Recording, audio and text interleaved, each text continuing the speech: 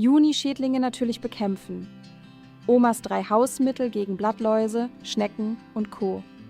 Servus und Hallo, hier ist deine Garten Lea.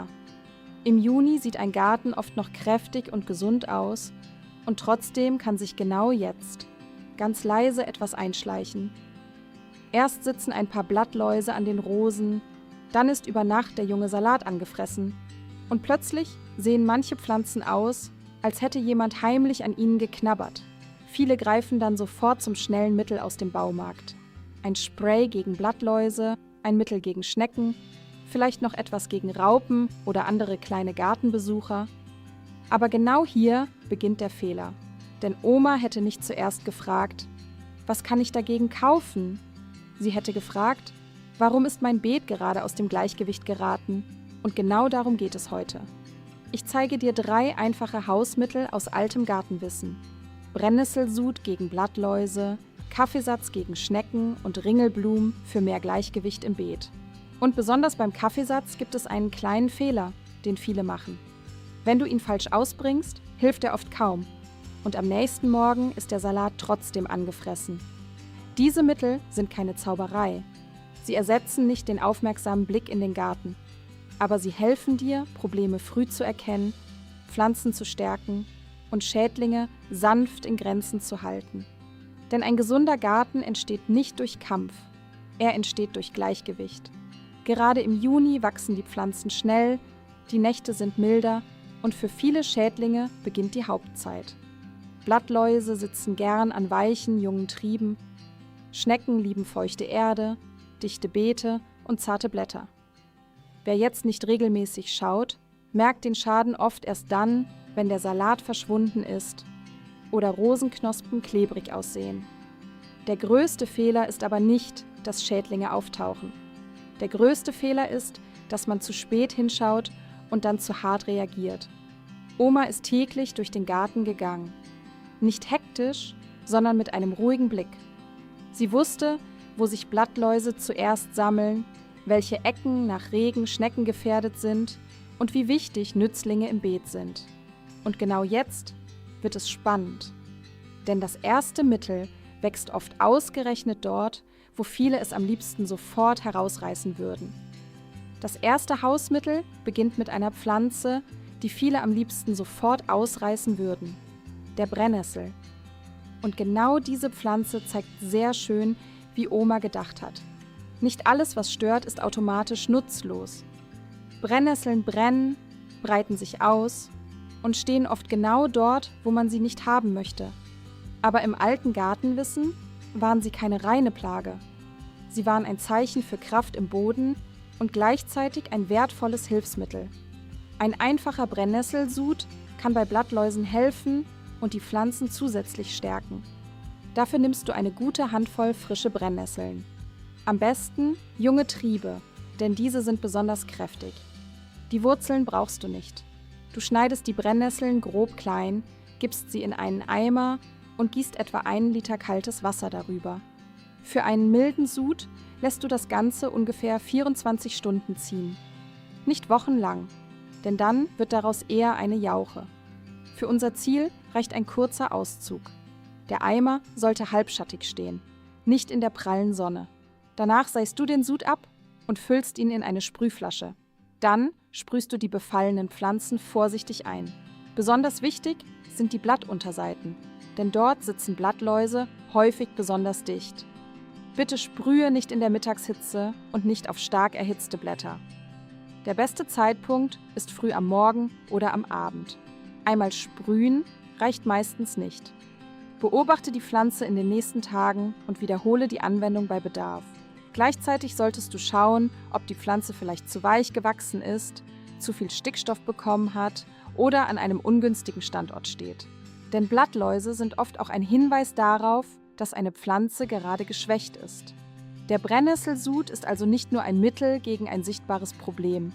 Er erinnert uns daran, die ganze Pflanze anzuschauen. Und genau deshalb ist die Brennnessel im Garten nicht nur ein Unkraut. Sie kann ein stiller Helfer sein, wenn man sie richtig nutzt. Damit löst sich auch das erste Versprechen ein. Brennnesselsud ist nicht einfach nur ein altes Hausmittel gegen Blattläuse. Er hilft dir auch genauer hinzuschauen, auf junge Triebe, auf geschwächte Pflanzen und auf das Gleichgewicht im Beet. Beim zweiten Hausmittel denken viele, das kenne ich doch schon. Aber genau hier liegt der Fehler, denn Kaffeesatz wirkt nur dann sinnvoll, wenn du ihn richtig vorbereitest. Kommen wir also zum Kaffeesatz. Kaffeesatz kann rund um gefährdete Pflanzen helfen, Schnecken etwas abzuschrecken. Aber er ist keine unsichtbare Mauer, die für immer stehen bleibt. Der typische Fehler ist, man streut einmal etwas Kaffeesatz ins Beet und erwartet, dass danach keine Schnecke mehr kommt. Dann regnet es, der Kaffeesatz wird nass, verklumpt, verschwindet teilweise im Boden und am nächsten Morgen ist der Salat trotzdem angefressen.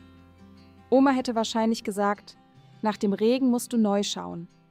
Wenn du Kaffeesatz verwenden möchtest, lass ihn zuerst trocknen. Breite ihn dünn auf einem Teller oder Stück Papier aus. Nasser Kaffeesatz kann schnell schimmeln, vor allem wenn er dick aufgetragen wird. Wenn er trocken ist, streust du ihn als schmalen, geschlossenen Ring um gefährdete Pflanzen, zum Beispiel um jungen Salat, kleine Kohlpflanzen oder frisch gesetzte Jungpflanzen. Wichtig ist, dass keine großen Lücken entstehen. Schnecken sind langsam, aber gründlich. Wenn irgendwo ein bequemer Weg offen bleibt, finden sie ihn oft. Nach Regen oder starkem Gießen solltest du den Ring kontrollieren und bei Bedarf erneuern. Und jetzt weißt du auch, warum Kaffeesatz manchmal angeblich nicht wirkt. Nicht der Tipp ist automatisch falsch. Oft wird der Kaffeesatz nur zu nass, zu dick, zu lückenhaft oder nach Regen nicht erneuert.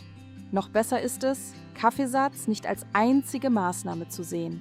Kombiniere ihn mit einem aufgeräumten Beetumfeld. Bretter, alte Töpfe, Laubhaufen oder sehr dichter Mulch direkt am Salat können Schnecken tagsüber ideale Verstecke sein. Das heißt nicht, dass dein Garten steril sein soll. Aber rund um gefährdete Jungpflanzen darf es im Juni etwas luftiger und übersichtlicher sein. Auch abendliches Gießen kann Schnecken begünstigen, weil die Oberfläche über Nacht feucht bleibt. Wenn möglich, gieße lieber morgens direkt an die Wurzel. Kaffeesatz ist also ein Baustein, kein Wundermittel. Aber richtig eingesetzt kann er empfindliche Pflanzen besser schützen.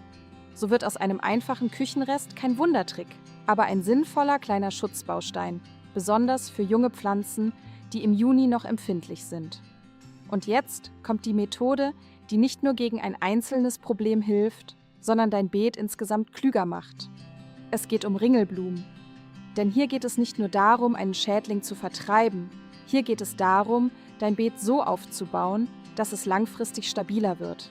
Ringelblumen sind viel mehr als hübsche orange oder gelbe Blüten. Sie bringen Farbe ins Beet, locken Insekten an und passen wunderbar in einen naturnahen Gemüsegarten. Oma hat solche Blumen nicht nur gepflanzt, weil sie schön aussahen.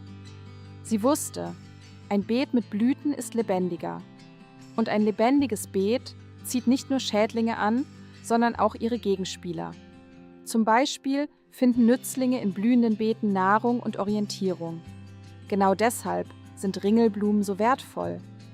Sie machen aus einem reinen Nutzbeet einen kleinen Lebensraum. Der Fehler, den viele machen, sie setzen irgendwo eine einzelne Ringelblume hin und erwarten, dass das ganze Beet dadurch geschützt ist. So funktioniert es nicht. Wenn du Ringelblumen sinnvoll einsetzen möchtest, dann denke in kleinen Gruppen oder Reihen. Setze sie an Beetränder, zwischen Gemüse, an die Ecken von Hochbeeten oder in Lücken, wo sie Licht bekommen und nicht alles überwuchern. Dabei geht es nicht darum, dass Ringelblumen jeden Schädling fernhalten. Es geht darum, Vielfalt ins Beet zu bringen. Denn je eintöniger ein Beet ist, desto leichter haben es manche Schädlinge. Große Flächen mit nur einer Pflanzenart sind für sie wie ein gedeckter Tisch. Ein gemischtes Beet ist unübersichtlicher. Es duftet unterschiedlich, blüht unterschiedlich und zieht verschiedene Insekten an. Genau dadurch entsteht mehr Gleichgewicht. Ringelblumen sind außerdem unkompliziert.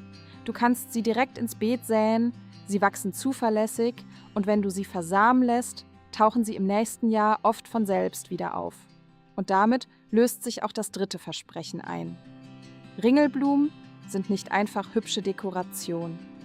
Sie bringen Leben ins Beet, locken nützliche Insekten an, und machen aus einer Gemüsefläche einen kleinen, lebendigen Gartenraum. Wenn du dir diese 3 Mittel anschaust, merkst du, es geht gar nicht darum, jeden Schädling sofort zu vertreiben. Es geht darum, dein Beet wieder stabiler zu machen. Wenn wir diese 3 Hausmittel zusammen betrachten, erkennen wir ein Muster. Brennnesselsud hilft dir, auf Blattläuse zu reagieren und die Pflanzen zu stärken. Kaffeesatz kann junge Pflanzen zusätzlich vor Schnecken schützen, wenn du ihn richtig und regelmäßig anwendest. Ringelblumen sorgen langfristig für mehr Leben, mehr Blüten und mehr natürliche Gegenspieler im Beet. Und genau das ist der Unterschied zwischen hektischer Schädlingsbekämpfung und ruhigem Gärtnern. Hektische Schädlingsbekämpfung fragt, was tötet das sofort? Ruhiges Gärtnern fragt, was bringt mein Beet wieder ins Gleichgewicht? Natürlich wird es auch mit diesen Methoden nie einen völlig schädlingsfreien Garten geben. Und das muss auch gar nicht das Ziel sein. Ein paar Blattläuse sind noch keine Katastrophe. Eine einzelne Schnecke ist noch kein Weltuntergang. Problematisch wird es erst, wenn eine Pflanze geschwächt ist, wenn der Befall überhand nimmt oder wenn junge Pflanzen keine Chance mehr haben. Darum ist der wichtigste Tipp für den Juni einfach: Geh regelmäßig durch deinen Garten, schau unter die Blätter, kontrolliere junge Pflanzen, achte auf Fraßspuren und reagiere früh, aber nicht panisch. Omas Garten war nicht perfekt, aber er war aufmerksam geführt. Da wurde beobachtet, ausprobiert und mit der Natur gearbeitet. Wenn du also im Juni Blattläuse entdeckst, setz einen milden Brennnesselsud an. Wenn dein Salat gefährdet ist, trockne Kaffeesatz und nutze ihn gezielt als Schutzring. Und wenn du dein Beet langfristig stärken möchtest, sähe Ringelblumen zwischen dein Gemüse. 3 einfache Dinge. Kein großer Aufwand, kein teures Spezialmittel, aber ein Schritt hin zu einem Garten, der gesünder, lebendiger und natürlicher funktioniert. Und damit hast du nicht nur 3 Hausmittel kennengelernt, sondern auch Omas eigentliches Prinzip dahinter. Früh beobachten, sanft reagieren und den Garten nicht in einen Kampfplatz verwandeln. Schreib mir gerne in die Kommentare, welches alte Hausmittel du aus deiner Familie kennst. Vielleicht sammeln wir daraus gemeinsam wieder ein Stück altes Gartenwissen. Danke, dass du dir Zeit für deinen Garten genommen hast. Und für Garten Lea.